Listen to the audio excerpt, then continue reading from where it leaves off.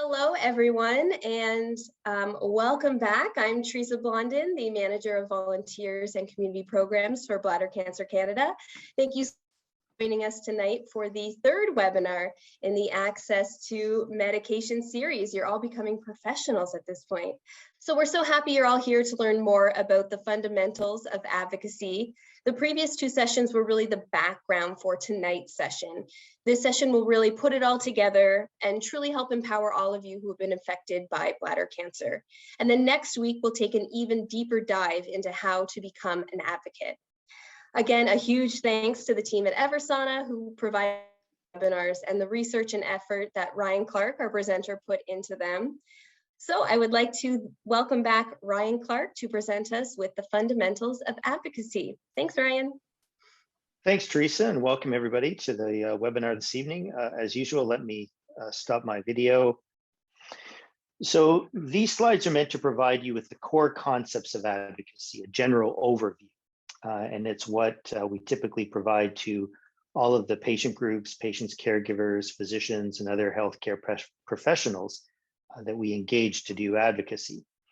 And while I'll be concentrating my comments on advocating to government, again, as Teresa said, that's why we spent a lot of time talking about how does government work in Canada and about the healthcare system we have here and then about access to medications.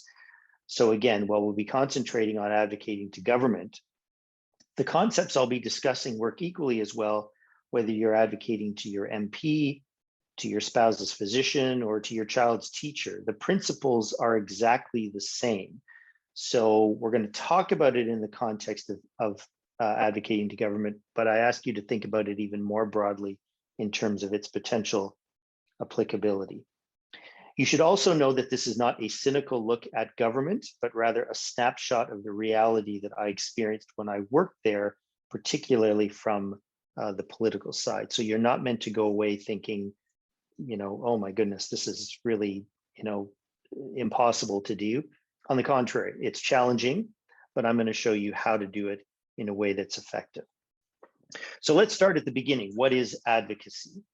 Well, it's verbal support or argument for a cause or a policy. That's a dictionary definition that I'm not terribly fond of. So I've come up with another one that I think is a little easier to sort of wrap your head around.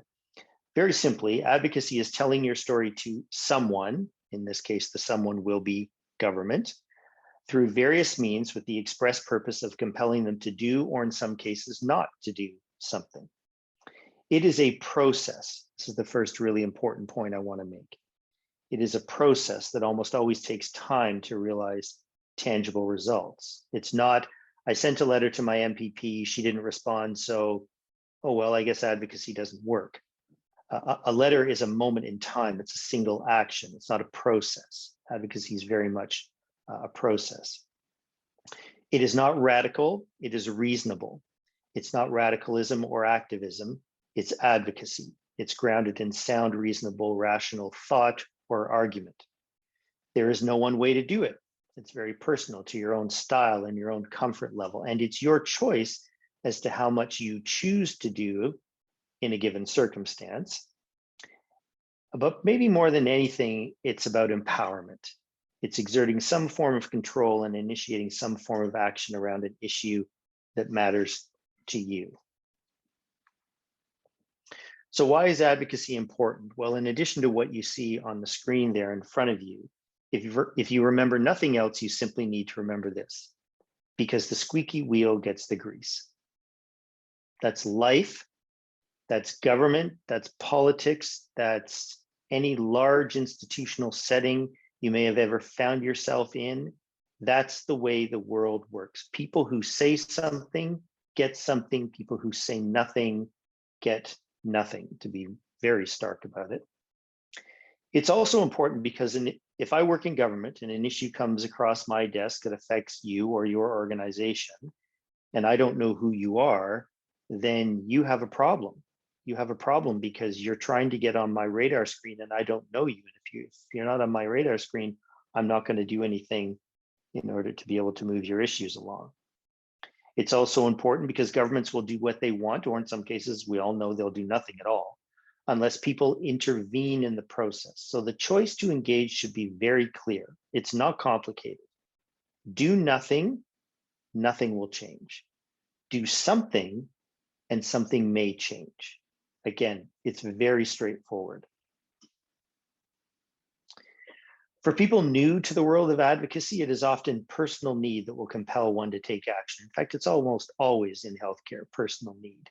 You're not looking to change the world, you just want to help yourself or a loved one. But it's out of this personal need that some people start to realize that they have an opportunity to bring about larger public policy change by advocating for what we call broadly based issues. And I describe those people as having graduated. Let me say all of that again in a bit of a different way. You enter into the healthcare system as a caregiver, as a patient, whatever it may be. And you're in that healthcare system for an hour, a day, a month, a year, even longer. And while you're in the system, you may have a good experience, you may have a bad experience, but if you're in the system long enough, you will probably find or be able to identify challenges, issues, problems.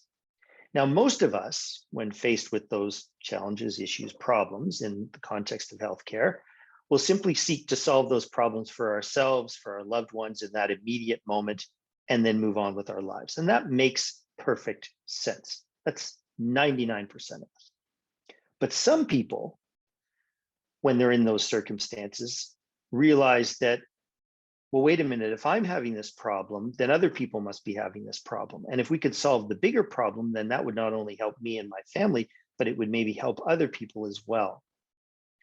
It's the ability to see a very personal situation beyond just the personal to an issue-based situation. And I describe those people as having graduated. And I would suggest to you the fact that you're on this webinar tells me that you are probably a graduate. You're probably seeing the world beyond just your own immediate need. And the exciting part about this concept and why I share this slide is because in my 20 plus years of work, I have seen people who think beyond themselves. Again, it's a personal situation, but they see it beyond just their personal interest. Not only change health policy in this country, I've seen them make health policy where there was literally nothing. There was no policy. The fact that they saw a gap, a problem, a situation, a challenge, they helped to make a policy.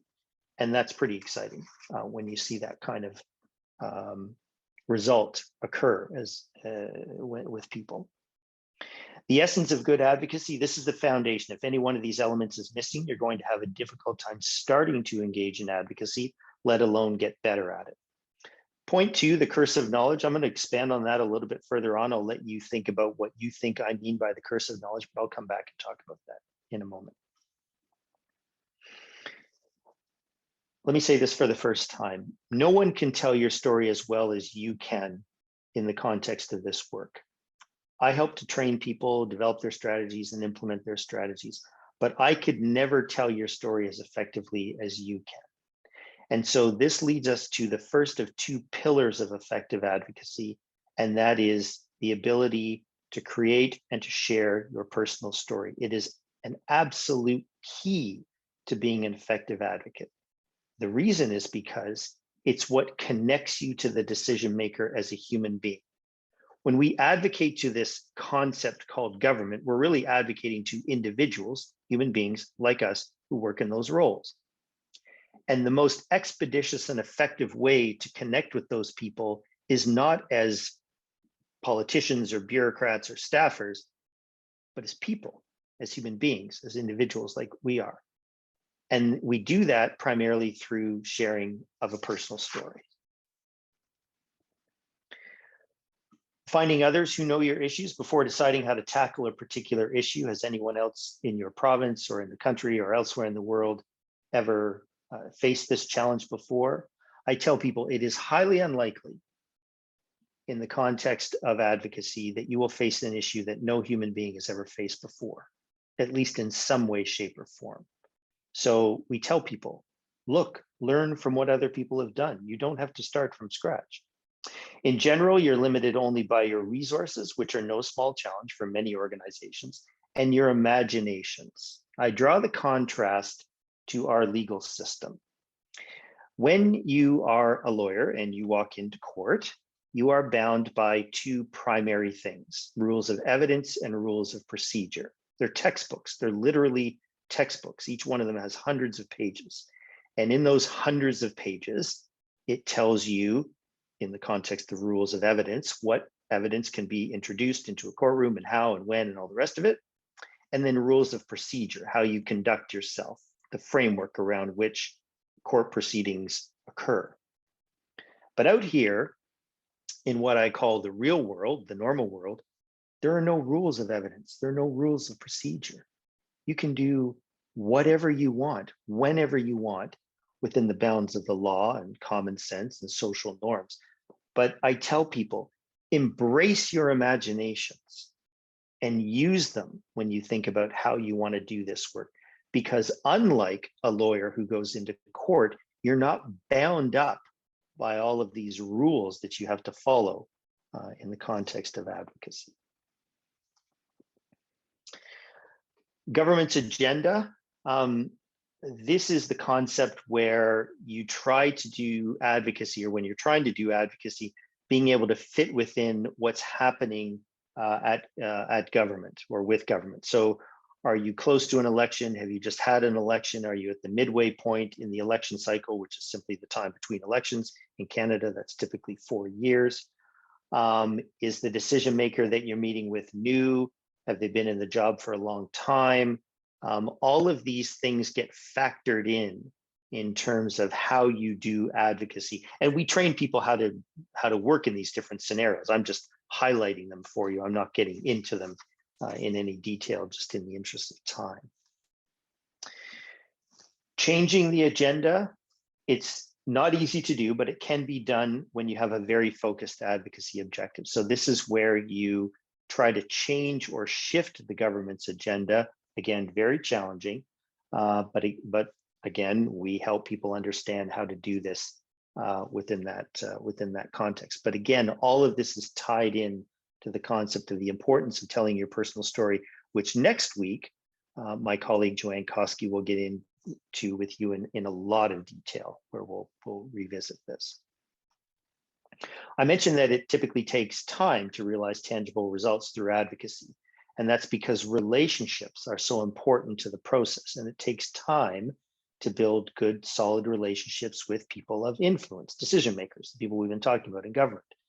But if you cast the net widely enough, someone will know someone who knows the decision maker you need to get to.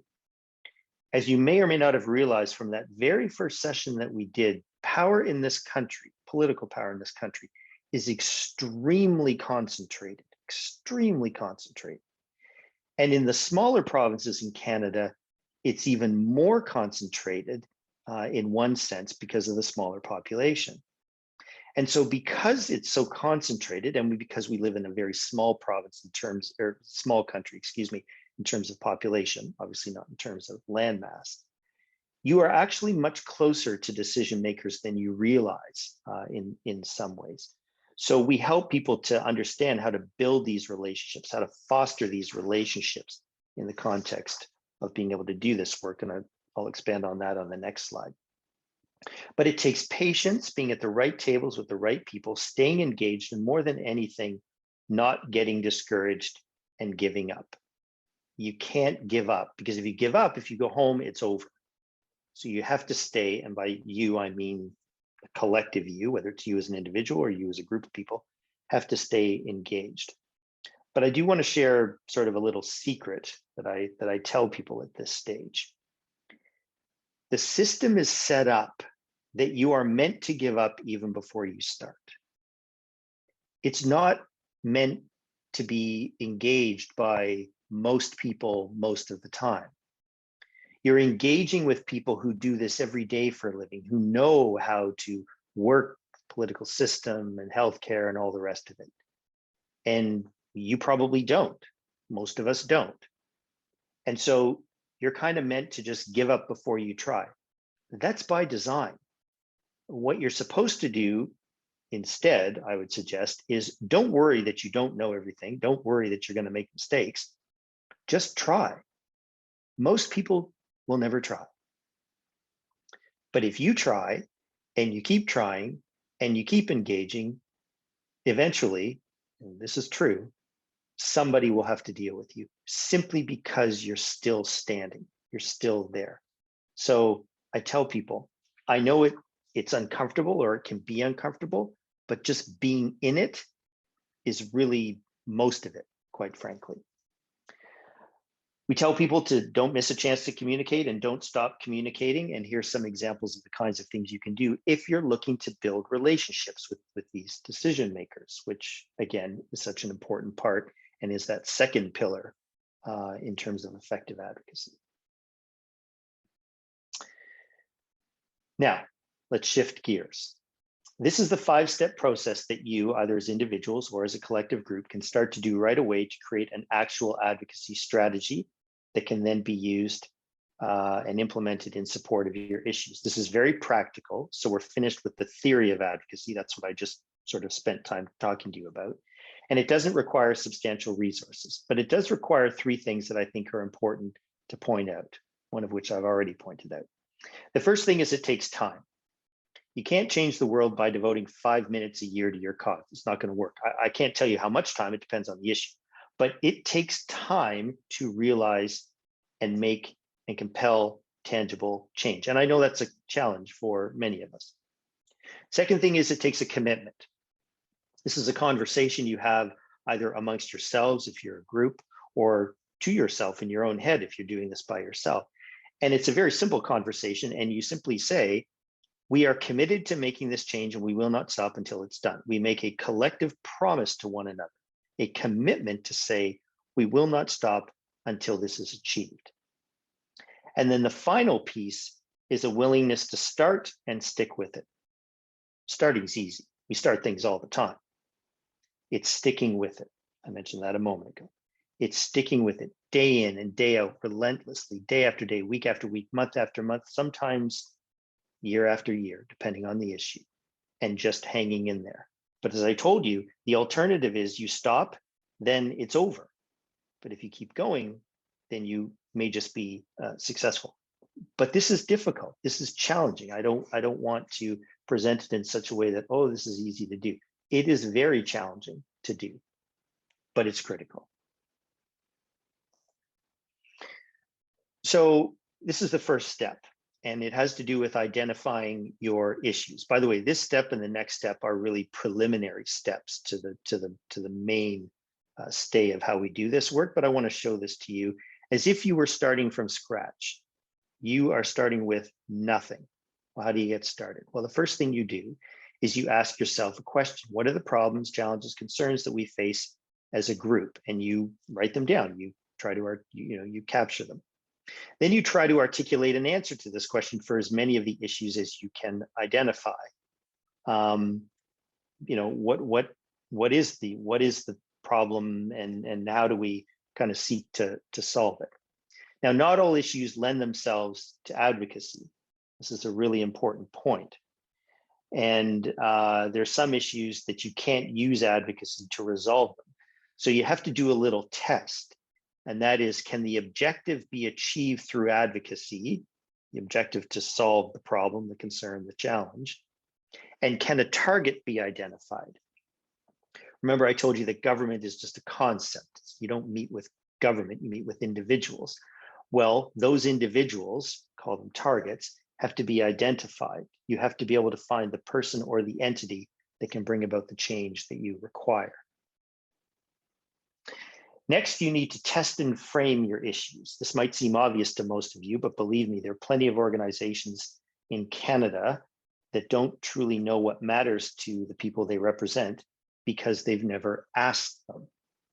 And so one of the things that we suggest is that you take a moment to ensure the legitimacy of your advocacy efforts can be supported through some kind of a testing of the issues, as in, I am here to speak to you today about the most important issue related to people with bladder cancer in Canada. Now, if you're like I used to be when I worked in government, you might say something like this in response to that assertion, because that's all it is, it's an assertion. I might say, can you prove to me that that's the most important issue to people with bladder cancer in Canada? Absolutely. We did a poll, we conducted a roundtable, we've had conversations with people, and this issue consistently came up as the top issue. This is just a hypothetical I'm giving you. Okay, great, that's fine. You don't have to prove it beyond a reasonable doubt. Again, we're not in court, but I'm just asking you to give me something more than just your word, something more than just an assertion. And so we want to make sure that you do that so that you can, again, be taken seriously in the context of your work. So you want to frame your issues in the sense that not only be able to support them as I just described, but also in healthcare, issues can often be very complex. So we take them down a little bit and we say, what aspect of this issue do you want to sort of focus on initially, kind of thing? And then you have to make a decision about which one of all of these issues do you want to go forward with first, because you can't go forward with 10 issues simultaneously. You have to pick one and move forward with that one issue, kind of thing. You can't have what we call multiple campaigns with the same target, because in that case, you'll get absolutely nothing. Now let's move on and talk about the core steps, the first of which is, because those first two are preliminary, as I said to you, and that is your key messages. Politicians as a group tend to know a little bit about a number of different things. That's not a criticism, that's quite frankly an accurate reflection of their jobs, because they're required to deal with many different issues every day. This requires you to simplify as much as possible the issues that you put before them. But I'm not talking about dumbing it down. I'm talking about conveying the core elements of what they need to know in a compact manner. Conveying the core elements of what they need to know in a compact manner. And that's why we develop what are called key messages as a foundational exercise in advocacy. And identifying your key messages requires you to do those three things that you see on the screen there. Be able to take an array of information and distill it down, separate fact from fiction, and be able to reach a consensus on what it is that you want to say around the issues that are important to you. We talk about having three key messages as an ideal scenario, and your three key messages should tell a self-contained story. That's not your personal story. We talked about that a moment ago, but rather your key messages should flow. They're not just three random sentences. And the next slide, I'll show you what I mean by that. They will be unique to your issues and to your circumstances, and they may evolve over time, but depending on what happens with your issue, depending on what happens to your issue and the world around you. But generally speaking, you're looking at deciding on key messages and sticking with it. Now, I told you about the curse of knowledge a moment ago. And I want to tell you a bit more about the curse of knowledge by telling you a little bit more about my sort of experience in government. So I was a political staffer in Ontario for 2 years. And when I arrived in the job on the Monday, well, so I had been practicing law. I'd been a divorce lawyer on a Friday, and the following Monday, I arrived at Queen's Park as a policy advisor to the Minister of Energy, Science and Technology. I was the minister's policy advisor on all issues related to science and technology. Now, when I arrived at the ministry had determined they were going to focus on 6 primary issue areas related to science and technology in the province. And they were information technology, telecom, and digital media on the one side. And on the medical side, it was pharmaceuticals, biotechnology, and medical devices. On the day I arrived at my job, let me summarize for you, and I'm not exaggerating, the extent of my knowledge in those 6 issue areas. Information technology, I had used a computer. Telecommunications, I had used telephone. Digital media, I wasn't sure what it was meant, but somebody told me it was like special effects in movies, which I thought that was pretty cool. Let's go over to healthcare. Pharmaceuticals, I had taken a Tylenol. Biotechnology, I didn't know, I just pretended it was the word biology. I didn't really know why it had this long ending on it or what it meant. And medical devices, I guessed that a medical device was like a pacemaker, which it is. A medical device is a pacemaker is a medical device. So that was it. That was the extent of my knowledge. Now, clearly I was not hired because I knew content. The reason why I was hired is because, remember, I was on the political side. I'm giving advice to the minister, political advice. I was hired because my skill set, what I have been trained to do, is to take tremendous amounts of information, often of which I know little or nothing about, like all of this, distill it down to the essence of what I need to know in order to be able to send up to the minister a recommendation to say, do this because it makes good political sense. Don't do this because it doesn't make good political sense. That is my skill. And that's why I was hired. But what would happen is I would get meeting requests right from the very beginning of when I started working there, from hospital presidents, university presidents, and literally world-renowned researchers wanting to meet with me to talk about their issues.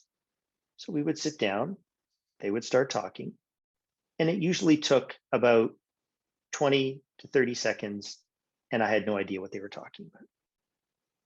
Because the last time I took science was grade 10, and I didn't do very well. Now, remember, they've come to me. I haven't come to them. They want something from me. I don't want anything from them. Now, I have two choices in this circumstance.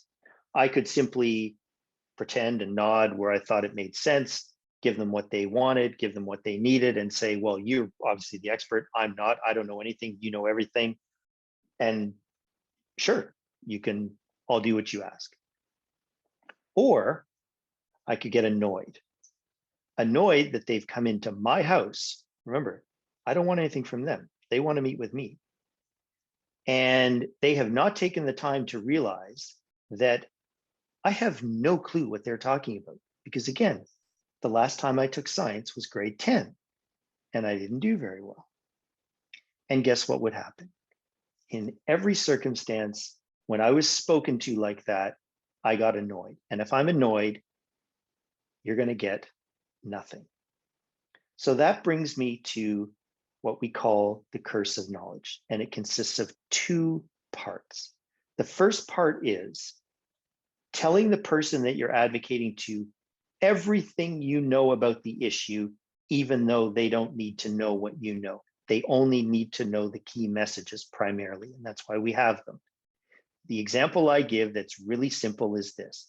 If I ask you what time it is, please don't tell me how your watch works. I don't need to know how your watch works. I don't care how your watch works.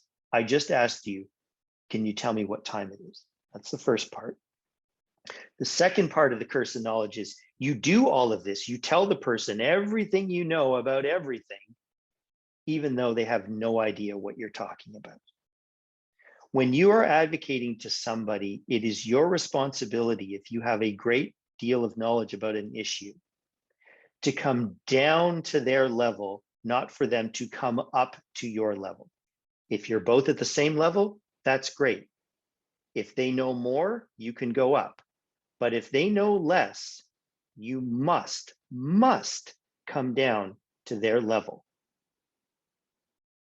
Because the curse of knowledge, if you fall into it and you do either one of those two pieces, will result in what I just described a moment ago, which is the person not being connected to you and potentially getting annoyed and you not getting what you need. Everybody is susceptible to the curse of knowledge when you know a lot about something and you're advocating to somebody who may not know anything about it, but that's why we have these key messages. Which leads into this model. This is the model that, it's a model, it's not the model. It's a model that we use when we work with organizations to develop key messages for their use in advocacy work. So what's the first thing you want to say? Remember, you've got 3 of them. Well, the first thing you probably want to say is, what's the problem? What's the challenge? Why are we here? What's going on? It's usually a good place to start. The second thing you want to talk about is, what is the impact of the problem? I call this the what's the big deal problem. Because you tell me, if I work in government, because you tell me you or your organization has a problem, doesn't mean I think it's a problem. I mean, you've got problems, I've got problems, we've all got problems. You can't just say, this is a problem, and therefore I know you think it's a problem, and we're just going to keep going forward. You have to demonstrate to me the impact of the problem, sort of thing. Okay, what is the impact of the issue, the problem, the challenge, concern? And then finally, what would it look like if we solved the problem or didn't solve the problem? When we say didn't solve the problem, that's negative. We try to stay away from that. We try to say, what would it look like if we solve the problem? If we, you, us, together solve the problem, this is how things would get better. This is how it would be better for people, the people we're talking about, people I represent, whatever the circumstances are, kind of thing. And then that final key message bridges to your ask, which I'll talk about in a moment.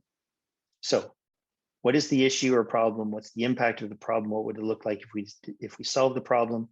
And then bridge over into, and therefore, based on what I've told you, I need you to do this. That's your ask, kind of thing. Okay. To whom to advocate? I don't want to spend a lot of time on this slide, but this gives you an idea. And we worked very closely with organizations to figure this out. We've come up with target lists, individuals, people, roles, all that kind of thing. But it's something that you do need to turn your mind to make sure that you understand exactly the individuals you need to talk to within government in a given circumstance. Which leads, of course, into the idea of when to advocate. I touched on this a little bit a moment ago within the context of the election cycle, for example. But understanding where you're at in the election cycle. Are you advocating to a politician, to a bureaucrat, and when you do that and how you do that? Again, we don't have time to get into detail, but it's an important part of the consideration in the context of your messaging. Step 4 are your advocacy tools. They are the means of delivering the key messages we just talked about. And anything that you have or produce that may be used to communicate with people is a potential tool in advocacy. And I'll share some examples in a moment. I told you that advocacy was a process. I want to break it down in the context of these 3 steps: educate, demonstrate, advocate. The first thing you need to do if you're going to advocate to anybody about anything is you need to educate them about your issue. And we do that by delivering our key messages we just talked about. The second thing you need to do is to demonstrate why your issue is important. Now, this is where most people make a mistake. They go in and they have a meeting with somebody and they spend the entire meeting telling that person why bladder cancer is critically important to people, or issues affecting people with bladder cancer are critically important to people who are impacted by bladder cancer. Of course they are. You honestly don't need to spend more than a moment telling me that if you are impacted by bladder cancer, that issues related to that are important to you. You need to spend the entire time explaining to me why the issues that are important to you as somebody who is impacted by bladder cancer should also be important to me, the decision maker. You have to draw the line between why what's important to you must also be important to me. And then finally, advocate. That's your ask. So it's shown in a linear form on the slide, but they're kind of steps: educate, demonstrate, advocate. You can't do them out of order. You can't skip a step. This is sort of the way it's done. Using your advocacy tools, once you're clear on who your target is, you need to figure out what advocacy tools you need to deploy. Not all decision makers will respond equally as well to the same tools. So you need to figure that out to some extent. Again, we help people do that. Some tools are more applicable to personal advocacy versus advocacy or issue-based advocacy. And when engaging a large advocacy network, some tools are easier to control in terms of the messaging. So here's some examples of what we mean by advocacy tools. And again, any form of communication is a potential tool. So a telephone call, a direct mail campaign, in-person meeting, these are all tools that can be utilized. Social networking, social media, these are all tools. Information sessions, e-advocacy, an important part of what we do, as well as traditional media like news releases. And then finally, the final step, the fifth step, and the whole reason that we do this work, this is the most important slide I'm going to share with you tonight as I draw to the end of my presentation. And that is your one ask. Because you're going to ask for the one thing you need and not a list of what you. Advocacy is not Christmas. It's not a chance to ask for everything you've ever wanted from government or from the target you're sitting in front of, especially when you're advocating to government. If you ask for everything, you will get nothing. You need to stay focused on that one thing you need. Now, you may need more than one thing, no argument. What I'm telling you is you can't ask for 5 number one things. You have to ask for one thing, get it, come back and ask for the second thing, get it, come back and ask for the third thing. It's one thing at a time, even though you may have more than one ask. And then the final thing on this slide is your ask needs to be tangible. So things like help, support, commitment, the words that politicians use to make a living are what we call the enemies of advocacy because they don't mean anything. You cannot bring me a cup of help. You cannot bring me a plate of support because they're not tangible words. They don't mean anything. When I worked in government, whenever anybody asked for my support, I said, you got it, because it doesn't mean anything. So an ask needs to be tangible. This is an ask. I need you to write a letter, let's say, for example, to your member of parliament. I need you to write a letter to the Minister of Health saying the following 3 things. That is an ask. Why? Because it's tangible. It's a thing. You can see it. You can print it out. You can hold it. It's a letter. It's a thing. If it's not a thing, it's not advocacy. Okay, just 2 more slides. To build on what I said earlier, I can train people how to do this work. I can develop strategies and help to implement those strategies, but I cannot implement them as well as you can as an organization and as individuals. All of the people that we've been talking about tonight, politicians, bureaucrats who impact our lives and the lives of patients and caregivers, are public servants paid by our tax dollars.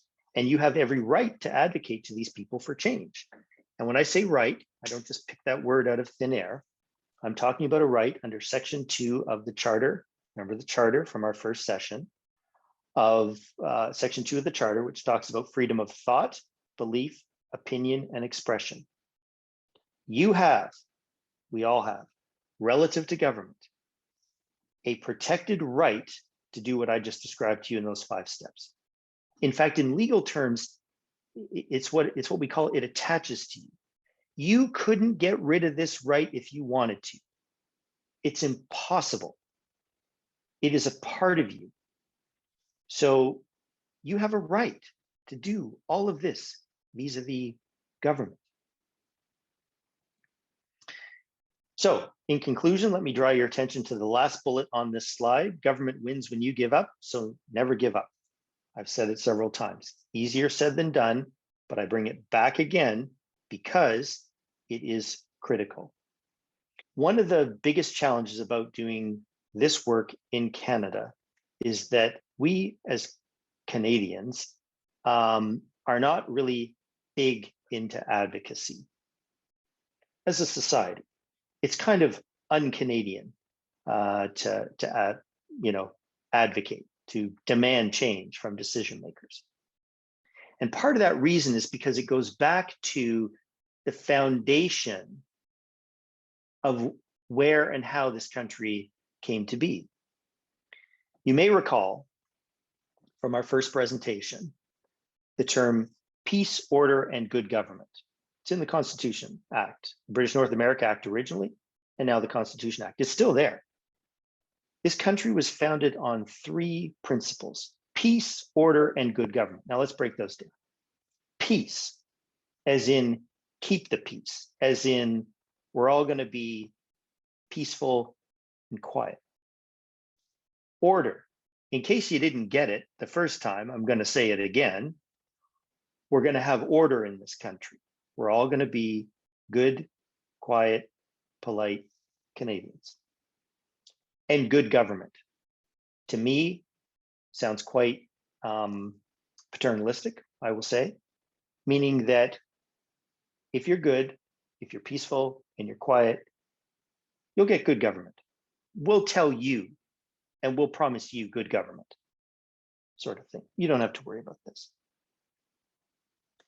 And yet, in contrast to that, I just told you that the Charter says, under Section 2, that you have the freedom to challenge all of this peace, order, and good government.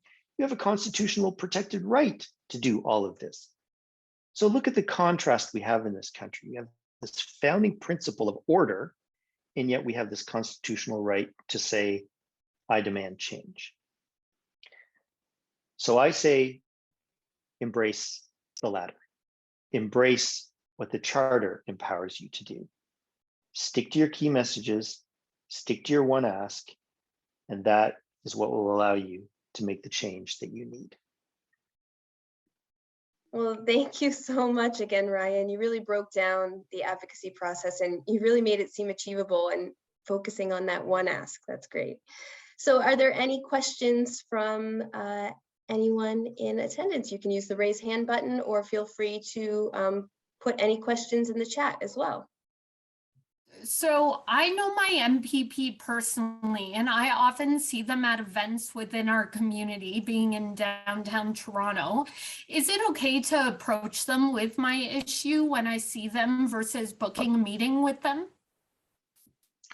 Oh, yeah, absolutely. I think it's, if you know your MPP or MP or any elected official, I think it's fine to approach them, kind of thing. But what I would suggest is if you're going to approach them, just say, you know, I have an issue that I'd like to talk to you about. It has to do with A, B, or C. And I wanted you to know that I'm going to book an appointment for us to sit down and talk about this, like we used to in person, virtually now, you know, and that kind of thing. That's the right way to do it. I would not, in the context of you know, seeing somebody at a market or something like that, say, oh, can I just kind of, you know, push you in the corner here and chew your ear for 15 minutes? Don't do that to somebody. It's not appropriate. You won't have their undivided attention. There's a time and place for things.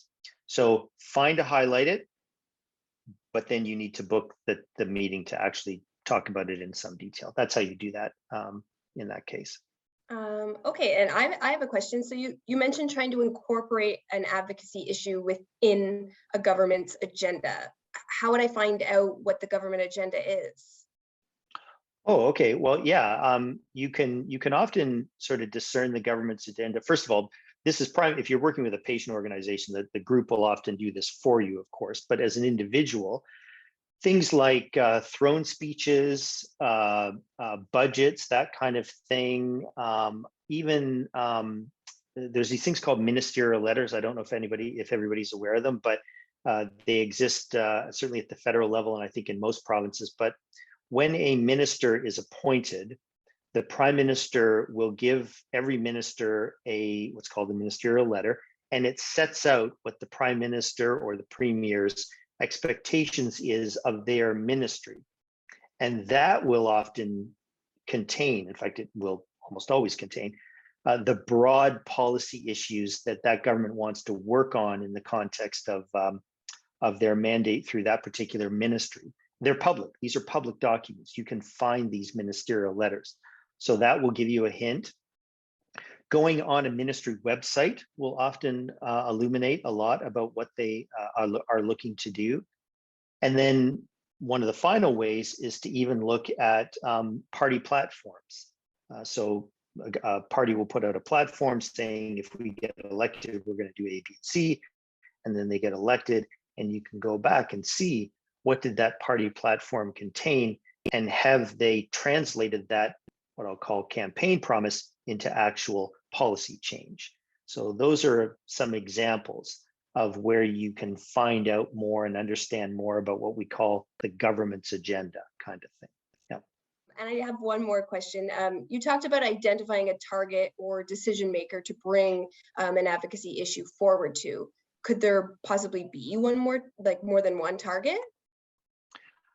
There can be in a certain circumstance. So you'll recall I said that it's kind of one ask per target.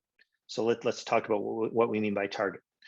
So let's say sometimes in healthcare, particularly when it comes to children and adolescents, there might be an issue, single issue, that affects both their health and education.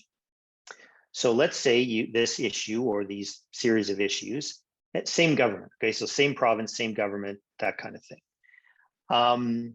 So you might have an issue, and when you distill it down, when you frame it up, the essence of what you need has a health component and an education component.